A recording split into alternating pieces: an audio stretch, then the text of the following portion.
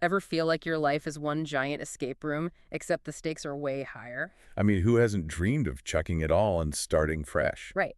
But imagine escaping the destruction of, say, a legendary city like Troy. Okay, that's next level. You're talking about Aeneas, right? Exactly. The guy's story is the heart of Virgil's Aeneid, this epic poem that's over 2,000 years old. And people think Game of Thrones is intense. Seriously, this poem is full of drama, adventure, gods, monsters. And it's not just a wild ride, is it? It's basically a blueprint for the Roman Empire. Right. Virgil uses Aeneas' journey to explain, like, the entire foundation of Rome. It's wild. A 2,000-year-old PR campaign in epic verse. Pretty much. But before we get to the empire building, let's set the scene. Imagine Troy, a city bursting with myth and legend, now a smoldering ruin. Right, because thanks to the Greeks and that whole Trojan horse incident. Exactly. Aeneas has seen it all firsthand, the chaos, the destruction, everything. And as if that's not bad enough, the gods suddenly show up with a new mission for him. Talk about bad timing. What do they want him to do? Escape, of course. But not just save himself. He's got to rescue what's left of his people and somehow find a new home for them. No pressure or anything. Right. Oh, and did I mention the gods have this whole prophecy about Aeneas founding a glorious new city that will surpass even Troy? So, no pressure. Yeah. Just found a city that's basically destined to become an empire. Exactly. And that's where the Aeneid really gets going. We're talking perilous voyages, mythical creatures, even a trip to the underworld.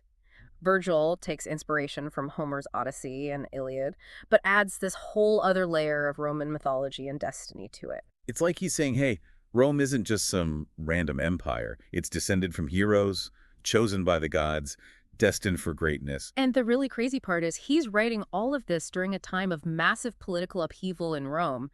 The Republic has crumbled, and this guy, Augustus Caesar, is on the rise. Ah, Augustus. Talk about being in the right place at the right time. Totally. And Virgil, he sees an opportunity here. He weaves all these subtle connections between Aeneas and Augustus throughout the poem. He's basically crafting a narrative where Augustus is a direct descendant of this epic hero chosen by the gods, destined to rule. It's brilliant, really. He's legitimizing Augustus's power by connecting him to this grand legacy, this epic destiny. Talk about a power move. Right. But here's the thing. Even if you strip away all the political maneuvering, the Aeneid is still a gripping story. It's about love, loss, duty, the human cost of ambition stuff that's still relevant today. Exactly. It makes you think about what it means to be a leader, the sacrifices we make, how we reconcile our own desires with a larger purpose. It's deep stuff. So last time we left Aeneas sailing off into the sunset with a prophecy and a whole lot of baggage. Literally and figuratively. The guy's carried the weight of his people and their destiny on his shoulders. Right. And speaking of carrying weight, let's talk about Queen Dido. Ah, Queen Dido of Carthage. Their love story is one for the ages, or at least for the next few centuries of Western literature. It's intense, but before we get to the romance, let's set the scene. Aeneas, after weeks at sea, gets shipwrecked on the shores of Carthage. And who just happens to be the ruler of this powerful, thriving city-state? Queen Dido, of course. But she's not some damsel in distress waiting to be rescued. She built Carthage from scratch after escaping her own messed up past. Talk about independent woman goals. Hmm. She's intelligent, she's capable, and she's definitely not afraid to take charge. Exactly. So naturally, when this ragged group of Trojan refugees shows up on her doorstep, she could have easily turned them away. But instead, she welcomes them with open arms. Which, strategically speaking, is a pretty smart move. She's showing compassion, but also demonstrating her power and generosity. Right. She's not just a queen. She's a savvy ruler playing the long game.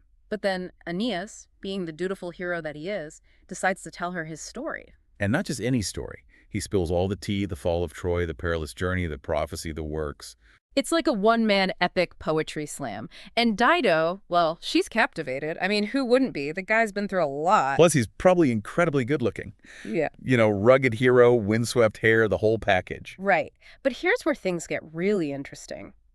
As they spend more time together, their connection deepens. They've both experienced loss, hardship, The struggle of building something from nothing. They understand each other in a way that no one else seems to. It's this shared experience, this deep emotional connection that draws them together. And let's be real, the heart wants what it wants, even if that heart belongs to a hero with a destiny and a really pushy group of gods whispering in his ear. Because remember, those gods haven't forgotten about Aeneas' little side quest to found Rome. Right, and this is where the drama really kicks in. Dido is falling head over heels for Aeneas, but he's constantly being reminded of his duty, his destiny. It's that classic battle between love and duty, personal desire versus a larger purpose.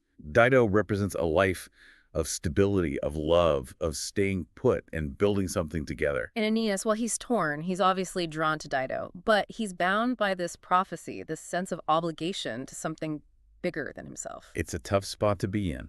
And ultimately, he makes a decision that will have repercussions for centuries to come. He chooses duty. He breaks Dido's heart. Shatters it, really. And she does not let him forget it. Talk about leaving a relationship on bad terms. I mean, she cursed him. And not just him, his entire lineage. You know it's real when a curse gets that specific. No kidding. Yeah. But Dido's heartbreak is more than just a personal tragedy. Virgil uses it to foreshadow this whole future conflict between Rome and Carthage. Talk about your epic foreshadowing. But meanwhile, Aeneas is back on the high seas, still trying to reach Italy and fulfill his destiny. And the gods are not making it easy for him. You think they would give the guy a break after that whole Dido situation? Maybe some divine therapy or something? Right. But no. Instead, they throw more obstacles his way. Storms, monsters, even a trip to the underworld. It's like a mythological obstacle course. Like they're saying, sure, you're destined for greatness, but let's see what you're really made of first. Exactly. And through it all, Aeneas just keeps going. He never gives up, never loses sight of that prophecy. It's that Roman ideal, right? Pietas, this unwavering sense of duty to family, gods, a larger purpose. Aeneas embodies that. He's the ultimate survivor, driven by this belief that he's part of something bigger. And speaking of bigger, eventually he lands in Italy, but it's not exactly a welcome wagon waiting for him. No. He's got to fight for every inch of that promised land. And that's where we meet Turnus, right? Oh yeah, Turnus, king of the Rutulians, a fierce Italian tribe who are not about to share their territory without a fight. Can you blame them? Not really, they were there first. Right. But destiny has other plans. It's like this clash of titans, two powerful leaders, two different visions for the future.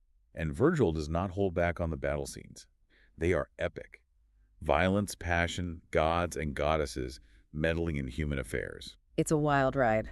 But what's really striking is how the Aeneid doesn't shy away from the brutal realities of war. Exactly. It shows the toll it takes, the way it can twist even the noblest intentions. Like with Aeneas. After everything he's endured, all that loss, he could have easily given in to anger and vengeance. And he almost does, especially when it comes to Turnus. Their final confrontation is brutal, but it's also tragic. You see these flashes of the compassionate leader Aeneas could have been, but in the heat of battle, he's consumed by this rage. It's a reminder that heroes are complicated.